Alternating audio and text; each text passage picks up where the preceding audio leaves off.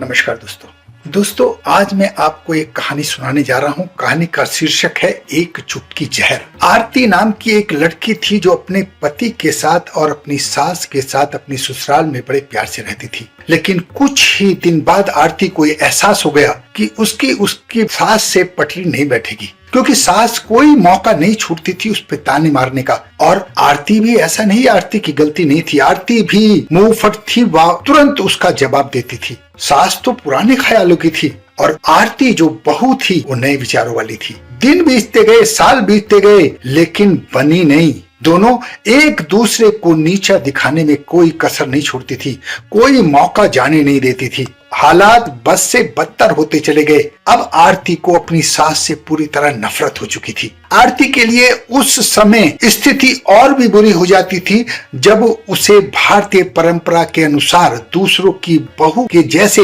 रहने के लिए सास को सम्मान देना पड़ता था, क्योंकि दूसरों के सामने ये दिखाया नहीं जाता था। दूसरों के सामने सास को सम्मान देने का नाटक करना ही पड़ता था। लेकिन आरती को ये मन ही मन अच्छा नहीं लगता था। वह किसी तरह सास से छुटकारा पाने की सोचने लगी। एक दिन आरती और सास का झगड़ा हो गया। पति भी अपनी माँ के पक्ष लेने लगा। इससे तो आरती भड़क उठी, नाराज होकर अपने मैके चली गई। आरती के पिता एक आयुर्वेदिक डॉक्टर थे। उसने रो रो कर सारी व्यथा अपने पिता को सुनाई और बोली, आप मुझे एक चुटकी जहर दे दीजिए, मैं उस बुढ़िया को पिला दूंगी, नहीं तो मैं ससुराल नहीं जाऊंगी। बेटी का दुख समझते हुए आरती के पिता ने बहुत प्यार से अपनी बेटी के सर पर हाथ रखा और बोले, बेटी, अगर तुम अपनी सास को जहर पिलाकर मार दोगी तो पुलिस तुम्हें दंडित कर देगी और साथ में मुझे भी जेल में जाना पड़ेगा, क्योंकि जहर मैंने तुम्हें दिया है, इसलिए ऐसा करना ठीक नहीं है। लेकिन आरती थी जिद पर अड़ी हुई थी। आप मुझे जहर दे दीजिए, मुझे अपनी सास को मारना है, मैं किसी भी कीमत पर उस बुढ़िया का मुंह देखना नहीं चाहती थी। उसके मन में ऐसे गलत ख्याल आ रहे थे। कुछ सोचकर पिताजी बोले, ठीक है, जैसी तुम्हारी मर्जी वैसी करो, मैं तुम्हें जेल जाते हुए नहीं देख सकता, इसलिए जैसे मैं कहूँ वैसा ही करना होगा, मंजूर हो तो बोलो। आरती ने हाँ कह दिया। आरती ने पूछा, क्या करना है? तब पिता ने एक पुड़िया में जहर का पाउडर बांधकर आरती के हाथ पर रखते हुए कहा, देखो, इस पुड़िया में सिर्फ एक चुटकी जहर रोज अपनी सास के भोजन में मिलाना है। कम मात्रा होने की वजह से एकदम से वो नहीं मरेगी, लेकिन धीरे धीरे मानसिक रूप से कमजोर होती जाएगी और 5-6 महीने में उसका काम तमाम हो जाएगा और लोग ये समझेंगे कि उसकी मौत स्वाभाविक मौत हुई है। लेकिन तुम्हें बेहद सावधान रहना होगा। यदि तुम्हारे पति को बिल्कुल भी शक हो गया तो हम दोनों को जेल जाना पड़ेगा। इसलिए तुम आज के बाद अपनी सास से बिल्कुल झगड़ा नहीं करोगी, बल्कि उसकी सेवा करोगी। रास्ते से बुढ़िया को हटाना है तो तुम्हें ये काम करना ही पड़ेगा। बाप बेटी ऐसी ऐसी बातें कर रहे थे जो शायद भगवान को तो अच्छी नहीं लगेगी। तब उसके बाप ने उससे कहा कि तुम्हें अपनी सास से झगड़ा नहीं करना है, उसके कटाक्षों को चुपचाप सुनना है। क्या तुम ये कर पाओगे? आरती ने सोचा कि 6 महीने की तो बात है, फिर बुढ़िया से छुटकारा मिल जाएगा। उसने अपने पिता की बात मान ली और पुड़िया लेकर वो ससुराल चली गई। ससुराल आते ही अगले दिन से सास के लिए भोजन में रोजाना एक चुटकी जहर डालना शुरू कर दिया। साथ ही अपने व्यवहार में बदलाव कर लिया।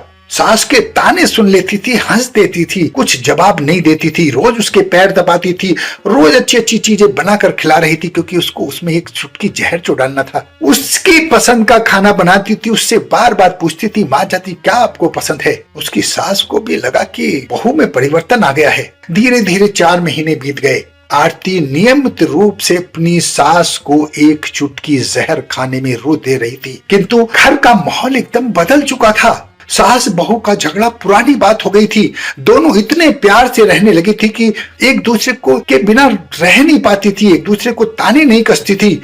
आस पड़ोस के लोग भी ये देखकर हैरान थे। अब बहू सास को अपने पास बैठकर खाना खिलाती थी, उसकी हर बात का, हर इच्छा का ध्यान रखती थी। उसे नींद नहीं आती थी तो उसके पैर दबाती थी, उसकी मालिश करती थी, उसकी सेवा करती थी। अब सास की छवि उसकी नजरों में सुधरने लगी। वो धीरे धीरे ही सही अपनी सास से प्यार करने लगी। अपने पिता के घर वो दोबारा पहुंची। तब अपने पिताजी से कहा, पिताजी 6 महीने बीत गए हैं, लेकिन आपके जहर का असर उस बुढ़िया पर नहीं हो रहा है। आपने दवा दी थी या क्या दिया था? मेरी सास को कुछ नहीं हो रहा है। अब तो वो और अच्छी हो गई है। अब तो मैं उन्हें अपनी माँ की तरह प्यार करने लगी हूँ और हमारे बीच जो प्यार बनता है वो बहुत अच्छा है। उससे घर की खुशियां बढ़ गई हैं। पिता खिलखिलाकर हंस पड़े। जहर? कैसा जहर? बेटा, जहर के नाम पर मैंने तुम्हें हाजमे वाला चूर्ण दिया था। मैं नहीं चाहता था मेरी बेटी कोई गलत काम करे। इंसान को यही नहीं, ईश्वर को भी मुंह दिखाना पड़ता है। बाप की बातें सुनकर बेटी को बहुत प्यार आया और अपने बाप से गले लगकर चिपट गई। बाप के इतने सुधरे हुए सुविचारों को सुनकर बेटी का दिल भर आया और उसकी आंखों से आंसू छलक उठे। और उस दिन के बाद उसने कभी अपनी सास से झगड़ा नहीं किया, उसको कभी जवाब नहीं दिया और उसका घर स्वर्ग की तरह हो गया। कहानी अच्छी लगे तो दूसरों को जरूर शेयर करें। धन्यवाद दोस्तों।